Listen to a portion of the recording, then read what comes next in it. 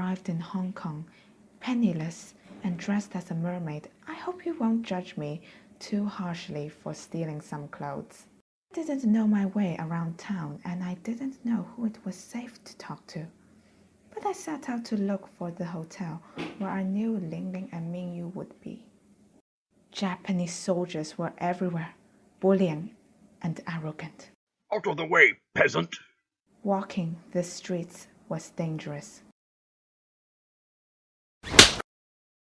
Are you a blind idiot? Can't you see this girl is Japanese?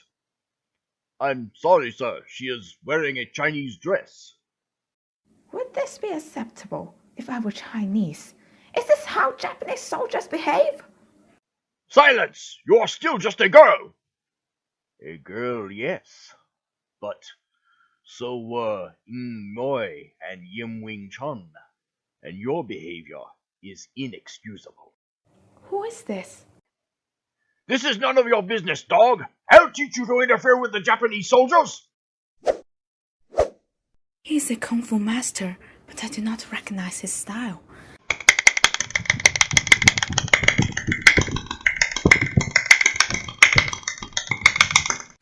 I didn't recognize the women he mentioned either. Let's get him! What? How dare you!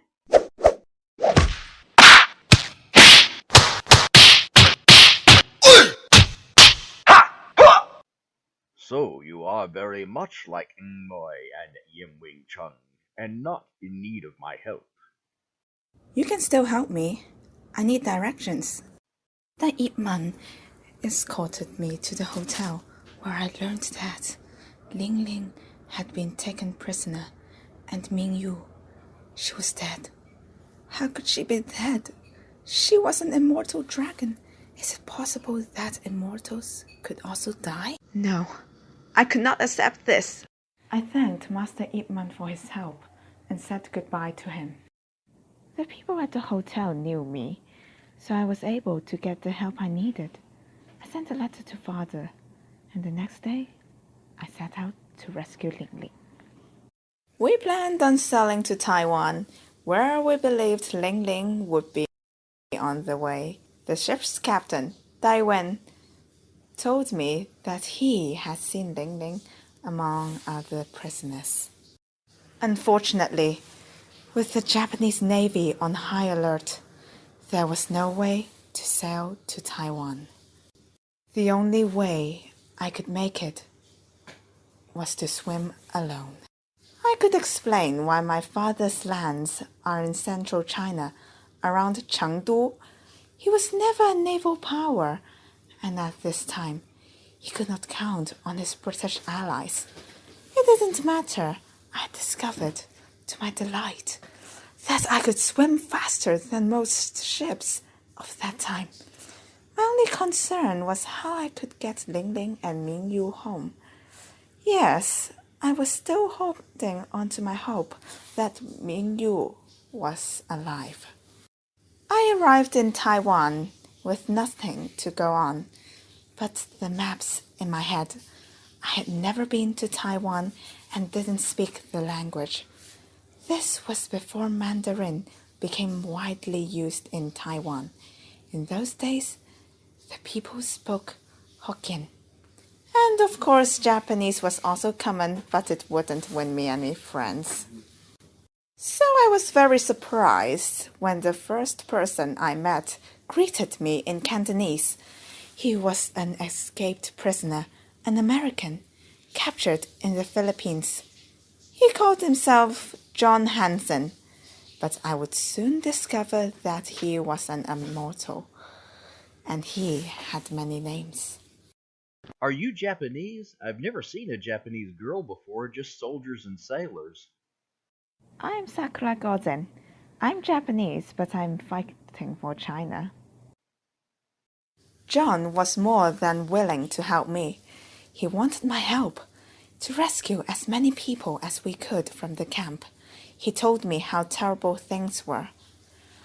I would not have believed the things he said if I had not heard similar and even worse stories out of Nanking just a few years earlier.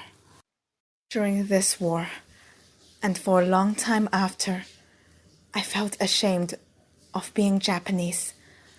I didn't want any of this, and I didn't understand the people who did.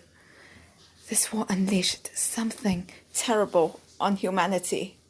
John took me to a prison that was a small rice farm across a river from a major city.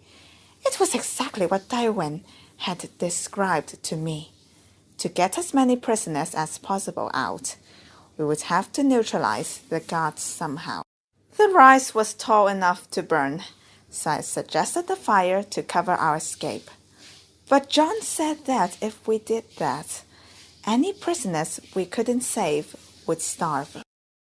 We snuck around the camp every night for a week, forming a plan, stealing supplies and making contact with some of the prisoners so they would know what to do when it was time to act. When we found Lingling, my heart sank. I could have never have imagined her like this, and I knew that Ming Yu must really be dead. I wanted to rush to her. I knew I could save her, but if I did, we would never be able to save any other prisoners. I had to let her wait just a few more days. John knew that immortals could also die.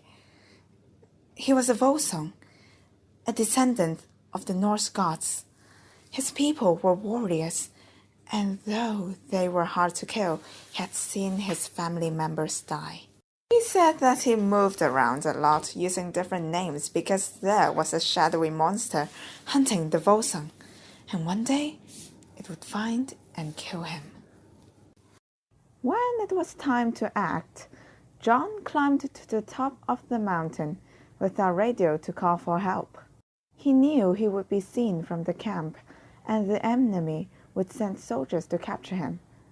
But this was the only way to get a message out. The prisoners also saw him, and they knew that it was almost time to act. And of course, they could see that he was calling for help, so naturally, they would call for reinforcements themselves. If they could.